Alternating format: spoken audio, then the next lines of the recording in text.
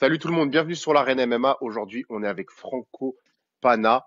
Est-ce qu'on a besoin de le présenter? Je ne sais pas, mais on va quand même le faire. Franco, donc qui a été champion en jiu-jitsu brésilien, qui a compétitionné dans la Team Canada en boxe anglaise, grand pratiquant également de MMA. T'as coaché également, t'es allé dans des coins, t'as pu visiter l'UFC ou toute autre Mhm. grande organisation mondiale. Donc le MMA, c'est ton truc. Et là, on va parler de Mhm. MMA québécois. Mais avant tout, comment ça va, Franco? Ça va super. Merci pour l'invitation. Merci de me donner l'opportunité de donner mon point de vue.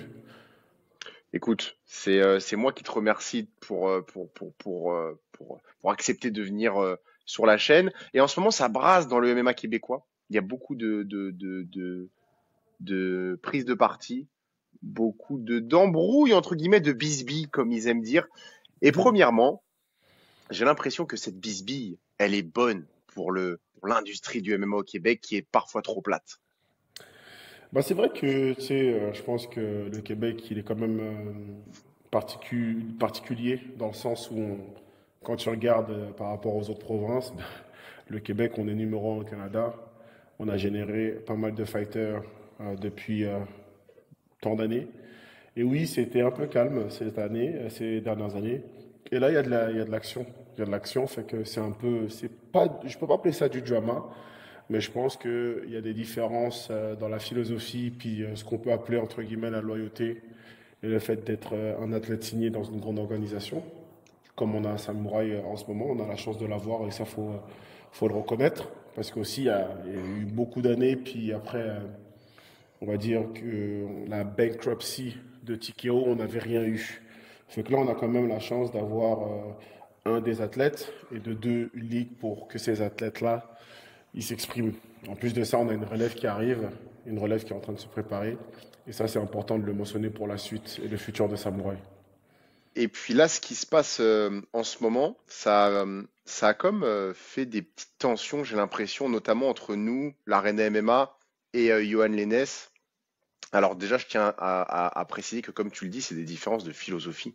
En aucun Mhm. cas, il y a de vraies disputes, il n'y a pas de bif, comme on dit au Québec. C'est des différences de point de vue. C'est des différences de point de vue. Je comprends que certains ne soient pas en accord avec les nôtres, heureusement d'ailleurs, et de plus en plus l'expriment, qui ne sont pas en accord avec nous. D'autres expriment qu'au contraire, ils sont en accord avec ce qu'on pense, avec notre manière d'analyser la situation. Et je voulais avoir ton point de vue, donc Franco, par rapport à toute cette situation, en rappelant bien évidemment que nous, avant toute chose, et j'en profite pour faire une mise au clair, on soutient Johan Lennes. On espère même qu'il va gagner son combat de boxe anglaise, et on Ouais. espère le revoir au haut niveau en MMA parce que on pense qu'il en est capable. Mais vas-y, je te laisse t'exprimer, Franco. Ouais, alors c'est ça, tu sais, par rapport à Yohan Lennes, on va dire que on a été affiliés au même club. On a eu des entraîneurs en commun que d'ailleurs, tiens, je tiens à remercier, souligner comme quelqu'un comme Lee Villeneuve, qui a été vraiment qui est un des pionniers et une légende dans le MMA et le Jiu-Jitsu au Québec, et que moi j'appelle le roi de la rive sud. Mais c'est vraiment quelqu'un que j'ai côtoyé, on a des bonnes relations, puis on a à peu près le même profil, même si, tu sais, moi, pour des raisons comme j'avais expliqué, j'ai pas voulu continuer dans le MMA en tant que fighter. Mais on a, tu sais, on a eu des amis en commun, on a une passion pour la boxe et aussi fait des compétitions de jiu-jitsu. Et en plus de ça, l'extra dans le MMA, c'est qu'on est tous les deux des arbitres amateurs. Fait qu'on a à peu près le même profil. Et je peux me mettre dans sa position, je peux comprendre certaines choses, où il y a des choses dont je vais discuter bientôt, où je suis pas nécessairement, où je comprends pas. Par rapport au MMA, et, tu sais, je sais pas si tu veux directement développer la situation dans laquelle on est, mais c'est vrai qu'il y a eu des prises de position, même des décisions qui ont été un peu surprenantes ou décevantes pour la communauté du MMA. Et j'aimerais bien en discuter avec toi. Bon bah rentrons directement dans le vif du sujet. Qu'est-ce que tu as pensé de toute cette histoire depuis que nous on a l'Arena MMA, ça va faire à peu près 2 ans, il n'y avait jamais eu au sein du Québec hein, le drama comme il y a actuellement, qui implique des combattants, tous les médias donnent leur avis, le public donne son avis, Samouraï MMA est impliqué, donc qu'est-ce que tu penses de toute cette situation? Mhm. Donc, c'est juste pour les gens qui n'auraient peut-être pas suivi les, les podcasts d'avant et les émissions d'avant. En gros, on a d'autres athlètes, dont Yohan Lennes, qui s'est fait release, on va dire ça comme ça, de Samouraï. Et en plus de ça, Yohan Lennes va faire ses débuts professionnels en boxe anglaise. Donc dans le fond, il quitte Samouraï MMA, une organisation avec laquelle il était affilié, où il était un peu vu comme la famille, qui est une association de MMA qui passe sur le UFC Fight Pass, qui est quand même très bon. Et il va aller faire ses débuts professionnels en boxe anglaise. D'ailleurs, je ne sais pas contre qui, mais c'est ça. Hubert. David Hubertarien, Non, je me qui ça? souviens pas du nom. Excusez-moi, ma connaissance en boxe anglaise n'est pas si raffinée, mais Mais ça va tu être vois, un New regarde, Era qui est. parfait. Ça va être un New Era, mais juste le fait qu'on ne sache pas avec qui il se bat, ça peut être Ah, un signe dont je voudrais discuter. vas-y, Donc, je te laisse développer. ouais, Je vais retrouver donc, le nom en attendant de l'adversaire. ouais, c'est ça. Donc, Yohan Lennes, il a eu un beau parcours, que ce soit dans des ligues américaines, puis après, il s'est fait recruter au Contender, où il est rentré par la grande porte à l'UFC, en littéralement arrachant la tête de quelqu'un. Il a eu à l'UFC, il a eu un parcours en dents de scie, si je pourrais le qualifier, et maintenant, il a signé avec Samouraï. Et donc j'ai compris que avec Yohan Lennes, il y avait quand même un désaccord de pensée avec que ce soit la direction de Samoa MMA, qui n'était pas nécessairement d'accord pour qu'il fasse un combat de boxe. Et j'ai compris aussi également que pour Yohan Lennes, il y avait des différences dans la philosophie de avoir un combat et aussi par rapport à ses relations, que ce soit avec Danny Mallette ou que ce soit avec Jonathan Ramsey. Donc, pour moi, Yohan Lennes, ça reste un combattant de haut niveau, un combattant de haut niveau québécois qui sort de l'UFC. Et c'est un petit peu normal que, de un, il y a un peu le target sur sa tête. Il y a des gens et des jeunes athlètes, quand ils le voient, ils vont être soit inspirés, soit vouloir prendre sa place. Ça, c'est vraiment quelque chose que faut mentionner. Là, maintenant, l'objectif que j'ai compris et que j'entends de Yohan Lennes, c'est de faire un grand tour au plus haut niveau dans les ligues majeures et montrer qu'il est le roi de la catégorie. Mhm. Donc pour moi, tu sais, qui connaît, comme je vous ai dit, je connais très bien l'UFC, je connais comment il fonctionne. Le fait d'avoir nécessairement de faire un combat de boxe dans une autre discipline n'a pas nécessairement de bénéfice. Ok, je me rappelle que dans l'interview que Yohan Lennes, il disait que comme quoi il avait 32 ans et que c'était un chef de famille et qu'il avait des bouches à nourrir. Moi, je respecte ça. Par ailleurs, je ne comprends pas en fait le fait de passer par la boxe et le fait nécessairement de vouloir prendre un autre adversaire que les deux têtes d'affiche de la catégorie pour atteindre son but ultime d'aller faire une grosse ligue. Voulait, Euh, voulait avoir un combat avant de. Ce qu'il disait, c'est qu'il veut un combat donc avant d'avoir un gros combat contre Danny ou Joe Ramsey. d'accord, ce que je peux comprendre, je pense que Samouraï ont essayé de lui trouver des combattants, ça ne s'est pas fait pour des raisons que ce soit des raisons de staff ou des raisons autres, mais c'est des choses qui ont été essayées. Maintenant, il y a un paramètre qu'on oublie ou qu'il faut vraiment prendre en compte, c'est le temps et le timing. Des fois, on essaie de faire des choses, j'ai déjà eu des combats annulés, ça fait partie de la business, mais c'est pas nécessairement quelque chose qu'il faut prendre personnel. Maintenant, pour être honnête, et là je vais parler devant ta caméra, mais je représente tout le Québec, avec ce qui s'est passé, ce qui s'est dit, à savoir qui pouvait knock-out Ramsey en quelques secondes, en un round, whatever, ben, je vais te le dire comme je te le dis, mais ça a mis de la sauce. Et ça a mis de la sauce et ça a mis un spotlight sur les trois personnes. Donc maintenant, les gens veulent voir le combat. Tout simplement. Tout simplement. Les Bah gens, oui, le Québec et c'est hors sûr. le Québec, le Canada au complet, ils veulent voir Jonathan Ramsey versus Yohan Yohan Lennes. Lennes. Les combattants aussi veulent le voir. Tout le monde veut le voir. Et aussi, pourquoi pas maintenant versus le nouveau champion, Danny Mallette, qui l'a call-out. Donc, tout ça s'est fait dans un environnement où Johan a participé à tu sais, partir A la poudre créé. d'escampette. Ouais, ouais. Exactement. Il a Fait créé que cette hype derrière ces combats-là. Il a exactement. participé en tout cas. Il a participé d'une manière ou d'une autre, indirecte ou directe, on ne reviendra pas par rapport aux commentaires ou par rapport à son coaching. Mais sa présence et ce qu'il a pu démontrer, ça a fait en sorte que ça se passe comme ça. Maintenant, le temps passe. Il y a des choses qui sont supposées avoir pour Samouraï. Après, Samouraï, la différence de Samouraï par rapport aux autres fédérations, ce que je respecte vraiment, et c'est pour ça que je m'implique de plus en plus, puis merci d'ailleurs à Samouraï de me laisser m'impliquer de plus en plus, c'est que Samouraï ne font pas des combats faciles. C'est une des seules organisations qui va chercher des gars qui peuvent potentiellement gagner. Bien Je sûr. ne sais pas qui est le matchmaker de Samouraï, mais je lui serrai la main, parce que les combats sont vraiment équitables. C'est pas parce que c'est quelqu'un du Québec qui rentre dans la cage et qu'on va lui trouver ce qu'on appelle un jambon.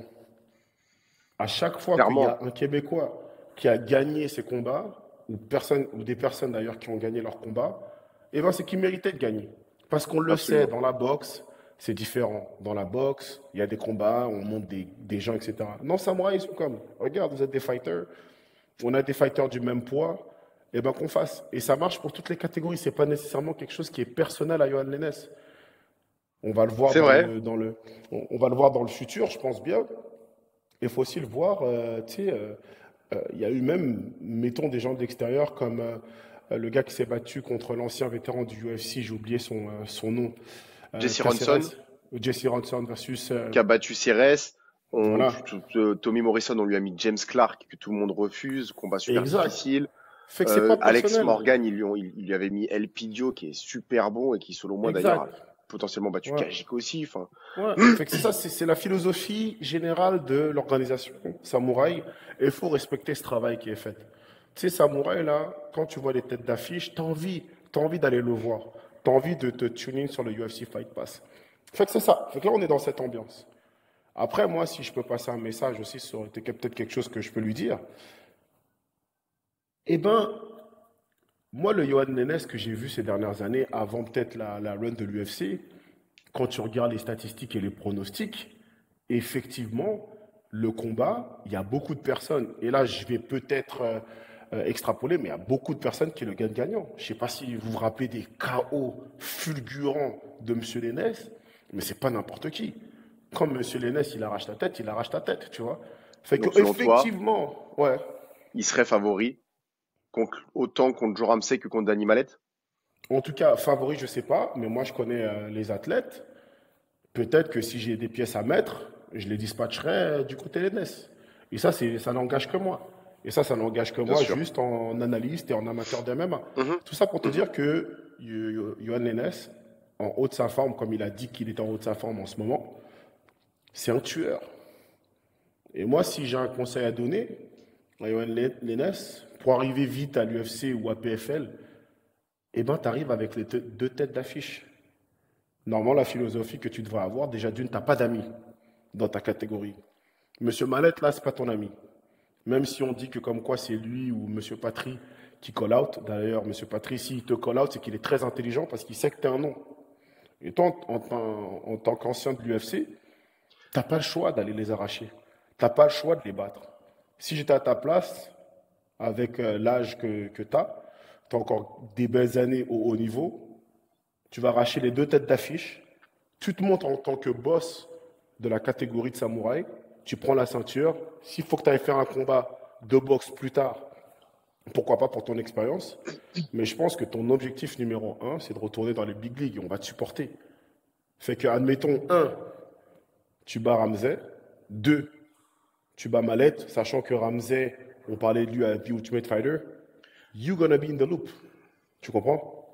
Fait que c'est plus ça, cette Par, catégorie-là et cette philosophie-là que moi, par personnellement, rapport j'aurais. au calendrier, je pense que la Ramsey n'est pas disponible pour l'instant. Donc, ce serait plus Fine. Malette, en l'occurrence. Ouais. Mais ouais, surtout que Mais Malette c'est la call ça. out et veut le Ouais, combat. mais. Ouais, ouais. Ici, d'ailleurs, c'est ça. Je vais juste reprendre sur le point, là. Tu sais, moi, j'ai eu des guerres. Je me suis battu 4 fois avec la même personne, dans le nom de Alexis Barrière, puis des sparring. Tu sais, c'est sûr on a eu une rivalité. On a des bonnes relations, mais on n'a pas été amis-amis, copains-copains. Il a jamais fait mon coin quand je devais me battre contre quelqu'un d'autre, tu sais, pour aller faire une finale. C'est pas des choses qui se font. On apprécie les relations et tout, mais si tu es dans un environnement concurrentiel de MMA, je pense que ça, faut laisser ça de côté. Parce qu'à la fin de la journée, je pense que maintenant il a réalisé, c'est lui versus les autres. Donc là, si on me parle de comme quoi un Maled versus Yohan, pour moi, le match, il fait sens. Et pour moi, les deux athlètes ont du potentiel. Et oui, avec l'expérience de Yohan, c'est faisable. On n'a pas besoin de ce qu'on appelle un warm-up fight pour aller directement là-dedans. Après, est-ce que tu peux comprendre que peut-être c'est mentalement qu'il a besoin de ça? Ouais, mais dans ce cas-là, mentalement, moi, je pense que c'est un travail qui doit se faire pré-combat. Of course, moi, je lui souhaite à Yohan d'avoir que des combats challengeants parce que ça va le driver, of course. Mais tu sais, après, c'est qu'il faut se pose, il faut qu'il se pose la question. Tu sais, c'est pas facile de rentrer dans une cage. C'est pour ça qu'il faut respecter tous les fighters. Mais ça, c'est un autre sujet. Là, on te parle de, tu communiques sur le fait que tu veux te rendre dans les big leagues. À ton âge, vas-y quoi. Laisse tout ce qui est de côté. Laisse peut-être les autres sports. Laisse le jiu. Laisse la boxe. Parce que imaginez qu'il se blesse là. Et que ça lui perd du temps par rapport à son objectif ultime. Qui est le MMA. Fait que ça aussi, je respecte, hein, mais c'est juste, j'ouvre le débat, tu vois. Et ça, c'est Absolument. le débat athlète et le débat côté l'ENS. Après, il y a un autre côté qui est un peu plus business, un peu plus dunking. Il faut savoir que ben, les fédérations ne sont pas des fédérations jumelles ou associées. C'est pas du Bellator PFL, là. On Mm. parle de deux personnes qui sont des propriétaires totalement indépendants, à savoir Daniel Lafont et Yann Pellerin. Moi, personnellement, j'ai du respect pour les deux personnes, mais c'est deux organisations totalement différentes.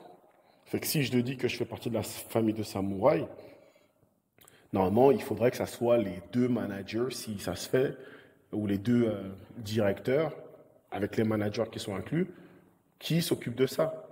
On ne peut pas avoir quelqu'un qui va de l'autre côté et qui après annonce, by the way, je vais aller me battre. Et tu sais, je pense que c'est ça, quand tu es signé avec une fédération, eh ben, il faut que tu aies l'autorisation, premièrement, de ton boss, et après, ça peut découler. Ça se passe comme ça avec les grosses ligues. Fait que je vois pas pourquoi au Québec, ça serait différent.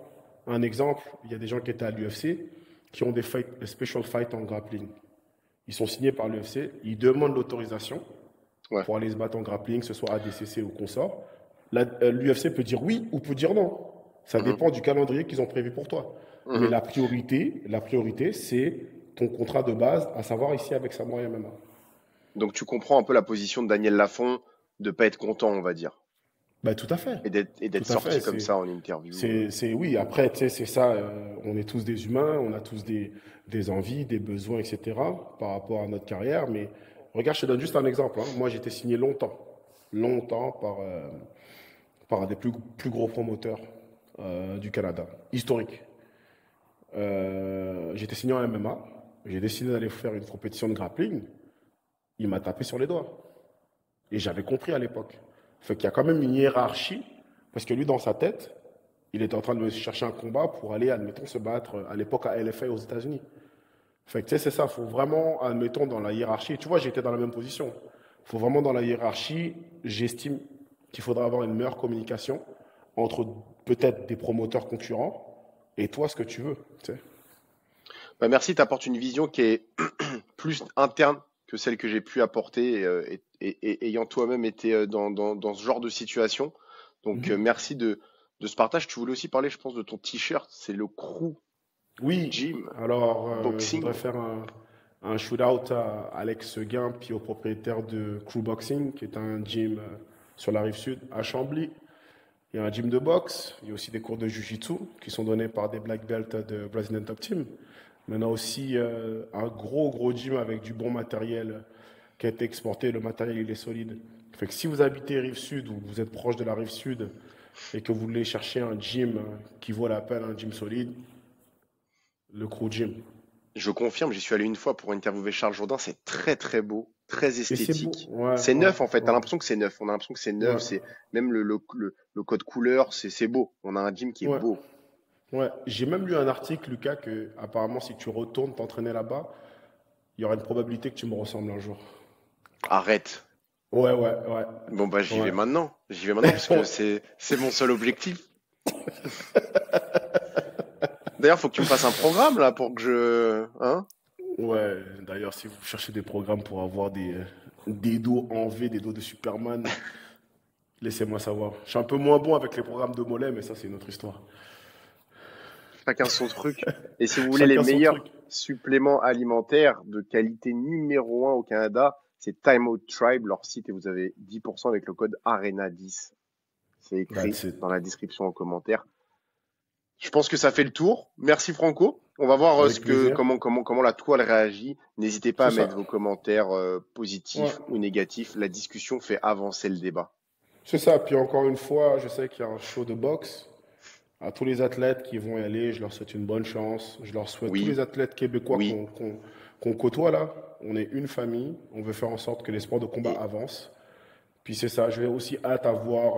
On va avoir un show sûrement Samouraï à la fin du mois. Et j'espère que c'est ça, à la fin du mois d'août. Et j'espère que ben, les supporters, les gens vont venir se déplacer pour supporter nos athlètes. C'est ça qui fait avancer la cause.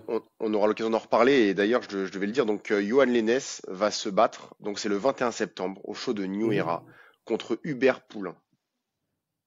Donc, Hubert Ouais. Poulain qui est hockeyeur et boxeur selon le Alors, site Le ouais, Claireur Progrès. Et il a ouais, une fiche de 2 victoires, une défaite et un nul. Ouais, vas-y. Alors moi je connais Hubert Poulain, maintenant que tu me dis son nom, on a été Ah, au Grand Bons ensemble. ok, C'est un goon, ça cogne. ok. Donc, un C'est bon un combat. solide monsieur, c'est un bon combat pour les amateurs. Fait que c'est ça. Mais on en parlera si Génial. tu veux par Oui, la suite. Mais c'est ça, c'est pas. Il y a match, il y a match. parfait. Génial. Bon, bah écoute, on pourra même regarder ce combat ensemble et le débriefer juste après, tant qu'à faire. On pourra même aller au crew pour le regarder ce combat. Ou on va directement. À voir. Absolument. À voir. Ouais, Parfait. à voir. Restez connectés pour savoir où on a vu ce combat et on vous le débriefera avec la science qui nous incombe. Exactement. Merci beaucoup, Franco. Merci.